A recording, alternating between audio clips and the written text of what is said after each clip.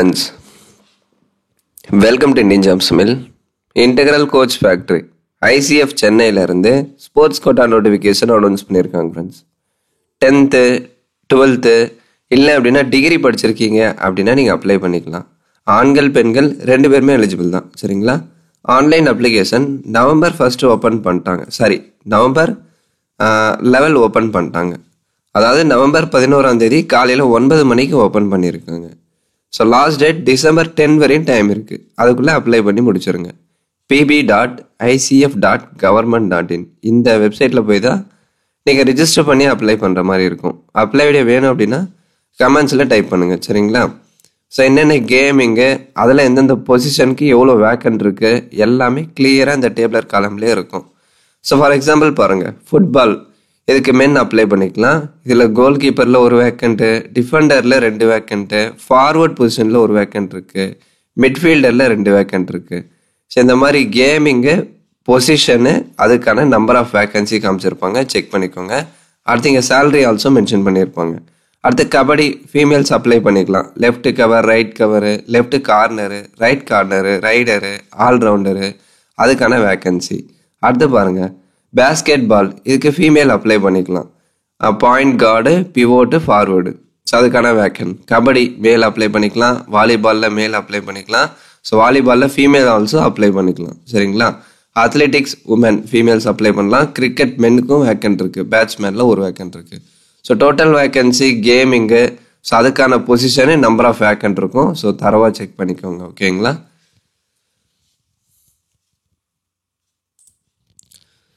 அடுத்து education senior clerk இந்த போஸ்ட்டுக்கு அப்ளை பண்ணுறீங்க அப்படின்னா ஏதாவது ஒரு டிகிரி படிச்சிருக்கீங்க அப்படின்னா அப்ளை பண்ணலாம். ஸோ டிகிரி முடிச்சிருக்கணும். இந்த ஃபைனல் செமஸ்டர் படிச்சுட்டு இருக்கிறவங்க அவங்களாம் எலிஜிபிள் இல்லை. கம்ப்ளீட்டாக டிகிரி வந்து கம்ப்ளீட் பண்ணியிருக்கணும். ஸோ ஜூனியர் கிளர்க் இதுக்கு +2 படிச்சிருந்தா அப்ளை பண்ணிக்கலாம்.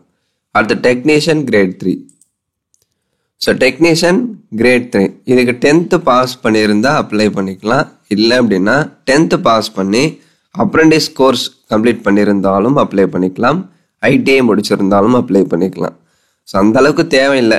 டெக்னீஷியன் கிரேட் 3க்கு நீங்கள் 10th பாஸ் பண்ணியிருந்தா மட்டும் போதும். அடுத்து டெக்னீஷியன் இந்த போஸ்டிங் ஆல்சோ இருக்குது. இதை level 1 போஸ்டிங் அப்படின்னு சொல்லுவாங்க.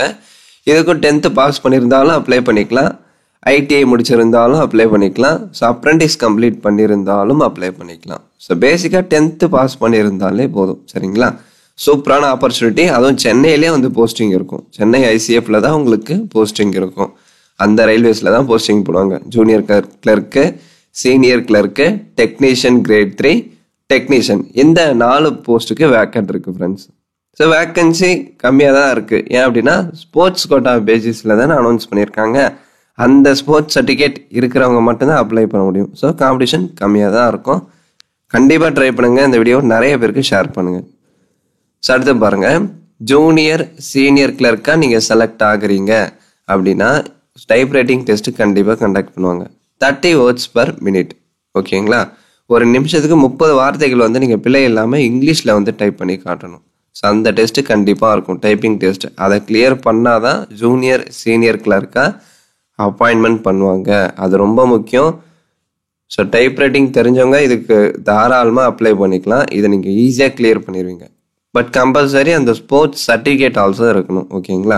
அடுத்து ஏஜ் பாருங்கள், 18 to 25. இதில் ரிலாக்ஸேஷன்லாம் இல்லை. அப்பர் லோயர் ஏஜ் ரிலாக்ஸேஷன் அதெல்லாம் எதுவுமே இல்லை. இது ஓப்பன் அட்வர்டைஸ்மெண்ட் தான். யார் வேணாலும் அப்ளை பண்ணிக்கலாம். பட் இருந்தாலும் இதில் ஏஜ் ரிலாக்ஸேஷன் இல்லை. குறைஞ்சது 18 இருக்கணும். 18 25 வயதுக்குள்ளே இருக்கீங்க அப்படின்னா நீங்கள் அப்ளை பண்ணிக்கலாம்.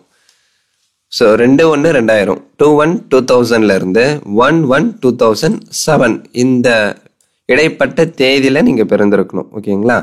இதுக்கு முன்னாடி பிறந்திருந்தாலும் அப்ளை பண்ண முடியாது. 2000க்கு முன்னாடி நீங்கள் பிறந்திருந்தாலும் எலிஜிபிள் இல்லை. 2007க்கு அப்புறம் நீங்கள் பிறந்திருந்தாலும் எலிஜிபிள் கிடையாது, ஓகேவா? அந்த இன்பிட்வீன் டேட்டில் வந்து நீங்கள் பிறந்திருக்கணும். அதை வந்து செக் பண்ணிக்கோங்க. ஸோ அடுத்து பாருங்கள், minimum norms for recruitment of sports person. சரி, ஸ்போர்ட்ஸ் சர்டிஃபிகேட் இருந்தால் அப்ளை பண்ணலாம் அப்படின்னு சொல்லிட்டீங்க.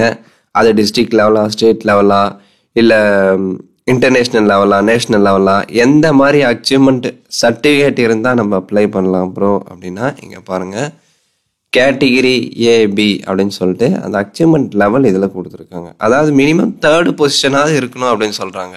வேர்ல்டு கப்பில் ஜூனியர் சீனியர் ரெண்டுமே எலிஜிபிள் தான். World championship, Asian games, Commonwealth games, youth Olympics level 5ல் இருக்கிற போஸ்டிங்க்கு இந்த லெவலில் நீங்கள் சர்டிஃபிகேட் வந்து வச்சுட்டு இருக்கணும். அட்லீஸ்ட் அதில் ஒரு 3rd பொசிஷனாவது இருக்கணும் அப்படின்னு சொல்கிறாங்க. அடுத்த லெவல் 2ல் இருக்கிற போஸ்ட்டுக்கு பாருங்கள், அதே தான். World cup, world championship, Asian games, Commonwealth games, youth Olympics இதில் சீனியர் ஜூனியர் ரெண்டுமே எலிஜிபிள் தான். பட் அட்லீஸ்ட் நம்ம கண்ட்ரியை ரெப்ரசன்டேட் பண்ணி அதில் நீங்கள் வந்து ஜாயின் பண்ணி விளையாட இருக்கணும். ஓகேங்களா? அந்த சர்டிஃபிகேட் இருக்குது அப்படின்னா எலிஜிபிள் தான். 3rd பொசிஷன் இருக்கணும். அதுவே நீங்கள் கேட்டகிரி சி, அதாவது இதில் 2 கொடுத்துருப்பாங்க. கேட்டகிரி பியாக இருந்தாலும் ஓகே தான், கேட்டகிரி சியாக இருந்தாலும் எலிஜிபிள் தான். Level 2 post category. சரிங்களா? லெவல் 2 என்ன போஸ்ட் வரும் அப்படின்னு சொல்லிட்டு மேலே நோட்டிஃபிகேஷன்லேயே இருக்கும், செக் பண்ணிக்கோங்க. லெவல் 1, லெவல் 2, லெவல் 3 அப்படின்னு சொல்லிட்டு மேலே கொடுத்துருப்பாங்க.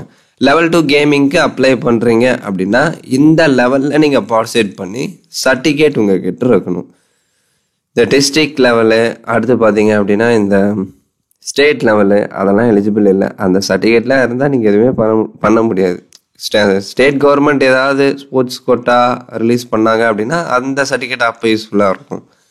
பட் சென்ட்ரல் கவர்மெண்ட் ரிலீஸ் பண்ணுறாங்க அப்படின்னா கண்டிப்பாக நேஷ்னல் லெவலில் இந்த மாதிரி வேர்ல்டு கப்பு, வேர்ல்டு சாம்பியன்ஷிப்பாக இருந்தால் மட்டும்தான் நீங்கள் அப்ளை பண்ண முடியும்.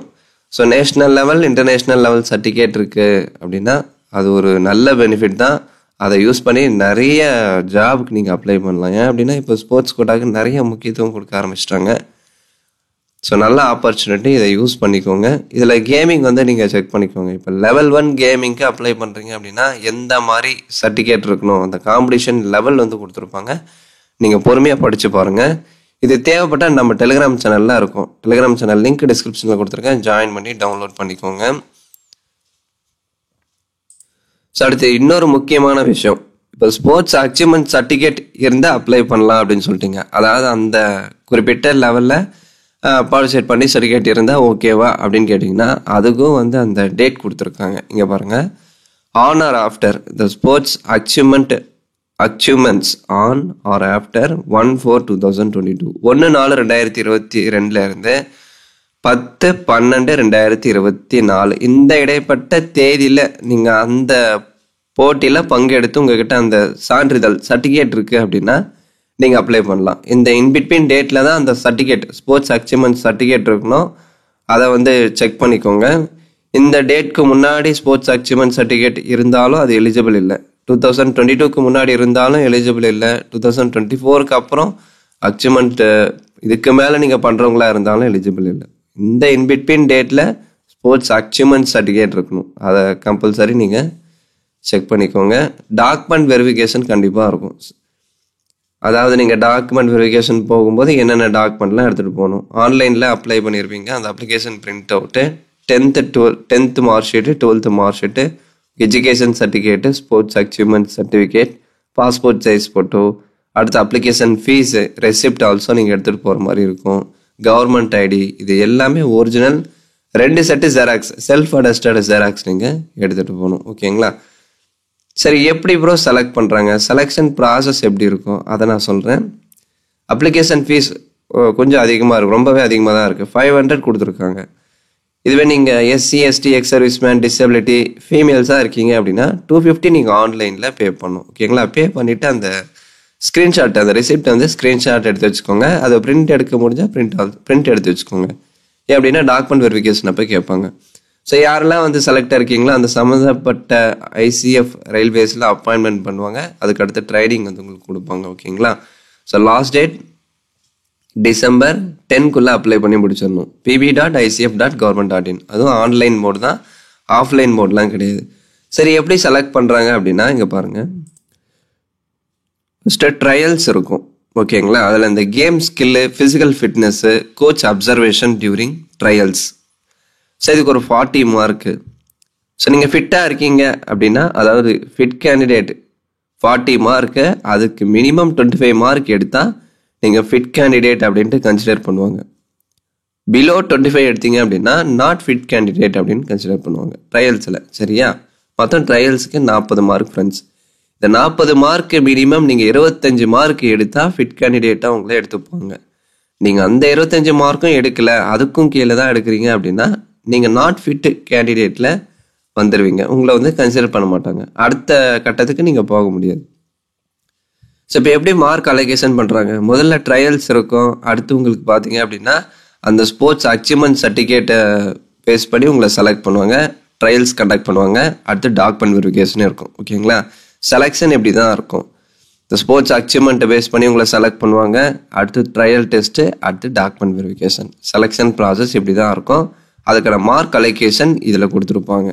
அடுத்து கீழே பாருங்கள், இப்போ ஜென்ரலாக எப்படி மார்க் அலோகேஷன் பண்ணுறாங்க? ஸ்போர்ட்ஸ் அச்சீவ்மெண்ட் சர்டிஃபிகேட் அதுக்கு ஒரு 50 மார்க் உங்கள் அச்சீவ்மெண்ட் லெவலில் பொறுத்து மார்க் வந்து அலோகேஷன் பண்ணுவாங்க. அடுத்து இந்த கேம் ஸ்கில்லு, ஃபிசிக்கல் ஃபிட்னஸ்ஸு, அதாவது ட்ரையல்ஸு, இதுக்கு ஒரு 40 மார்க். சரிங்களா? மொத்தமாக மேக்ஸிமம் மார்க் என்ன அதை கொடுத்துருக்காங்க. அடுத்து எஜுகேஷன் குவாலிஃபிகேஷனுக்கு ஒரு 10 மார்க். இந்த 100 மார்க்கு யார் வந்து அதிகமான மார்க் வந்து செக்யூர் பண்ணுறாங்களோ, எடுக்கிறாங்களோ அவங்கள வந்து செலக்ட் பண்ணுவாங்க. அதுதான், அதை வச்சு தான் மெரிட் லிஸ்ட்டாக வந்து ரெடி பண்ணுவாங்க. Sports achievement, trails plus education, இதுக்கெல்லாம் மார்க் அலோகேஷன் பண்ணுவாங்க. அதில் யாருடைய மார்க் அதிகமாக இருக்கோ, அவங்க எதிர்பார்த்த கட் ஆஃப் யாருக்கு வருதோ அதை பேஸ் பண்ணி ஒரு ஃபைனல் மெரிட் லிஸ்ட் ரெடி பண்ணுவாங்க. அதில் யார் செலக்ட் ஆகிருக்காங்களோ அவங்களுக்கு டாக்குமெண்ட் வெரிஃபிகேஷன் கண்டக்ட் பண்ணுவாங்க. ஸோ அடுத்து உங்களுக்கு மெடிக்கல் எக்ஸாமினேஷன் இருக்கும். ஸோ செலெக்ஷன் ப்ராசஸ் இப்படி தான் ஃப்ரெண்ட்ஸ் இருக்கும். உங்களுக்கு ஏதாச்சும் டவுட்ஸ் இருக்குது அப்படின்னா கமெண்ட்ஸில் கேளுங்க, நான் கண்டிப்பாக ரிப்ளை பண்ணுறேன். மேக்ஸிமம் இப்போ நான் ரிப்ளை பண்ணுறதில்ல, ரொம்ப பிஸியாக இருக்கேன். ஸோ சாரி, அதுக்காக நிறைய பேட் வேர்ட்ஸ் எல்லாம் யூஸ் பண்ணி திட்டுறீங்க. பட் அதெல்லாம் ஒன்றும் பிரச்சனை இல்லை. ரிப்ளை பண்ணல அப்படின்னா யாருக்காக இருந்தாலும் மனஸ்தாபம் இருக்க தான் செய்யும். பட் அதுக்காக அந்த அளவுக்கு திட்டணும்னு அவசியமே இல்லையே. ஏன்னா எத்தனையோ சேனல் இருக்குது, இது ஒரு யூஸ்ஃபுல்லான சேனல் தான். இந்த மாதிரி ஒரு இன்ஃபர்மேஷன் இருக்குன்னு தான் நான் உங்களுக்கு வந்து சொல்லிகிட்டு இருக்கேன். நீங்கள் எதிர்பார்க்குற மாதிரி எனக்கு மந்த்லி சேலரி அந்த மாதிரிலாம் இல்லை. 3 மந்த்ஸ்க்கு ஒரு முறை, 4 மந்த்ஸ்க்கு ஒரு முறை 10,000 அவ்வளோதான் வருது ஃப்ரெண்ட்ஸ். ஓகேங்களா? இதில் நான் ஓப்பனாக சொல்கிறேன், இதில் ஒன்றுமே அந்த அளவுக்கு பெனிஃபிட்லாம் எதுவுமே இல்லை. எனக்கும் வந்து என்னென்ன ஜாப் வருதுன்னு சொல்லிட்டு நானும் தெரிஞ்சுக்கணும், அது உங்களுக்கும் ஷேர் பண்ணணும். அதுதான் என்னுடைய ஆசை. ஸோ இந்த வீடியோ நிறைய பேருக்கு ஷேர் பண்ணுங்கள். பிடிச்சிருந்தா லைக் கொடுத்து கமெண்ட் பண்ணுங்கள். தேங்க்ஸ் ஃபார் வாட்சிங்.